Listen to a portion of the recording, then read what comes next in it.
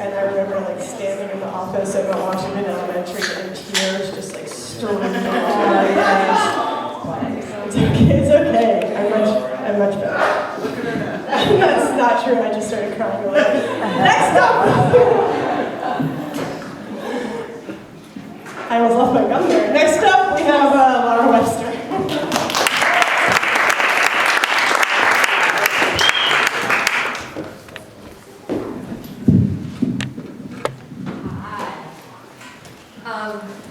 I'm so excited that Lola asked me to be here for the fundraiser because she's such a good playwright, and I know that her new play is going to be awesome. Even though I don't know what it is because I don't even have Lola's phone number. I just agreed to do this. I just think she's a cool girl. I have some really exciting news to share with everyone. Lola's got her play thing. I've kind of got something going on myself. I am pleased to announce that I have recently been appointed by President Obama to a bipartisan itty-bitty-titty committee. I'm so excited because I think when it comes to titties, it doesn't matter which side of the aisle you're on. We should all come together and be bipartisan about it.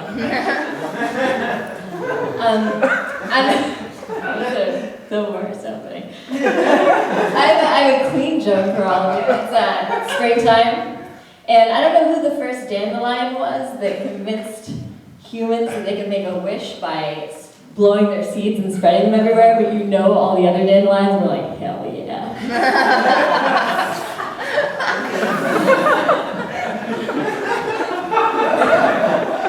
So people ask me, because I'm a really introverted person, and so people are like, stand-up comedy is a really interesting choice for someone who's so shy.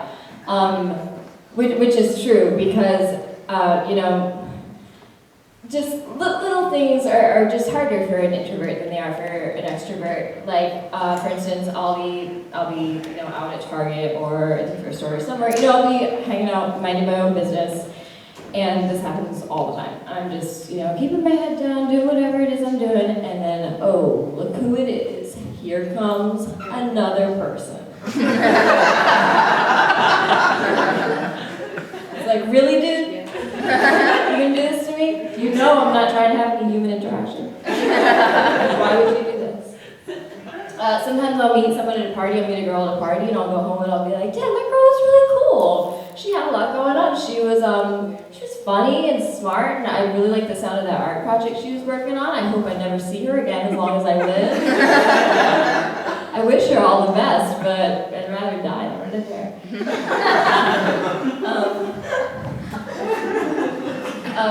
I can't do drugs, and the reason I know I can't do drugs is because when I drink a Sprite that's too fizzy, I go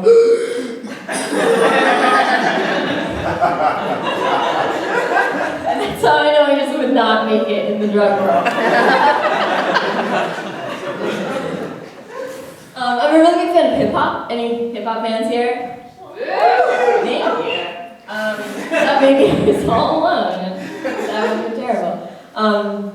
So I think there's no better way to know that someone is a square than if they use the term rap music. Like if someone came up to me and they're like, hey, you into rap music? I'd be like, I sure am, narc.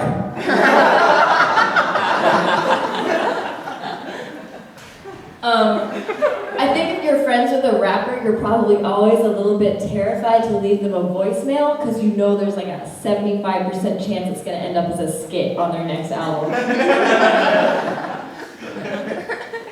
You call them, it's like, what's up, you reached Kendrick, leave a message. Hey Kendrick, it's Laura calling. Nope. I just see it in my head. Let's see, what else? I forgot. I genuinely forgot. One thing that rappers and I have in common is that just one of many things is that keeping it real is very important to both of us.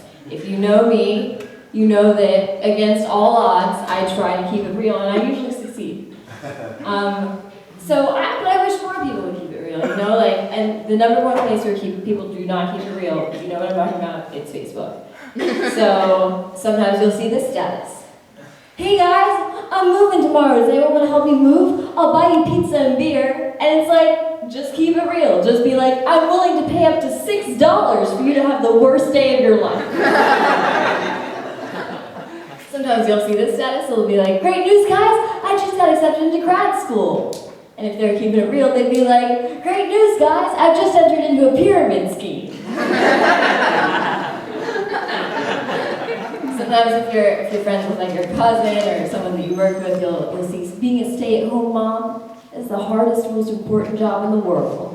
And it's just like, just say what you mean. Just be like, it's been a really long time since I've had a real job. What is it like? I don't remember. You might see this status. Here's some pictures of me from Italy. Oh man, last week I was in Bali, but Italy is even better. Catch me next week in Bulgaria. And it's just like, keep it real. Just be like, oh, I'm currently in collections with Bank of America, y'all. My student loan account is delinquent. Living it up in Europe. The one thing that I heard, one of the things I like about the internet is Twitter, because when people invented Twitter, they were like, oh, Facebook is cool, but I really think that we should corner the market of people with narcissistic personality disorder. Like, what do we have for them?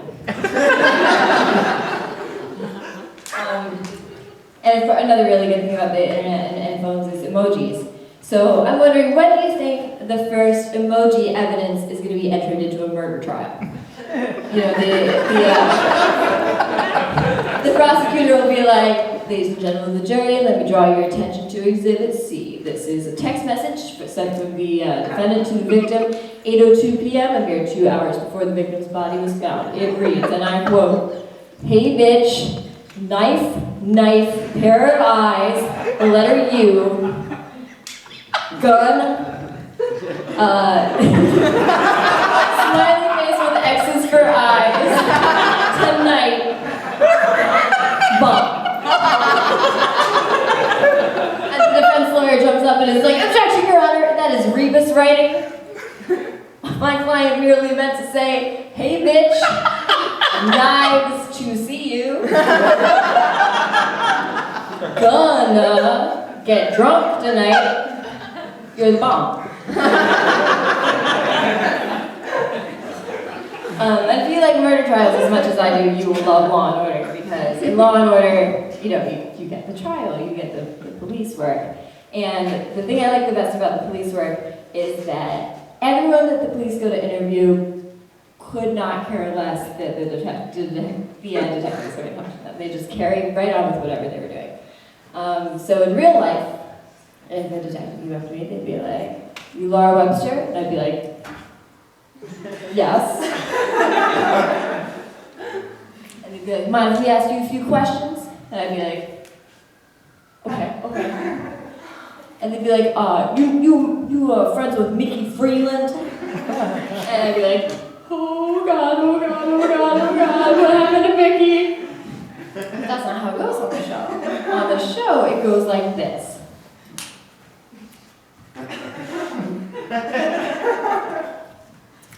You Laura Webster? Who's asking? Ice-T, SVU, mind if we ask you a few questions? My shift gets off at 6, boys, get in line. Man, this will only take a few minutes of your time. Are you acquainted with the one Mickey Freeland? No. Watch football with him every Sunday. Owes me $40, too. Did you watch football with him last Sunday? Nah, he never showed. I texted him to see where he was, but he just texted me back these gagging sounds.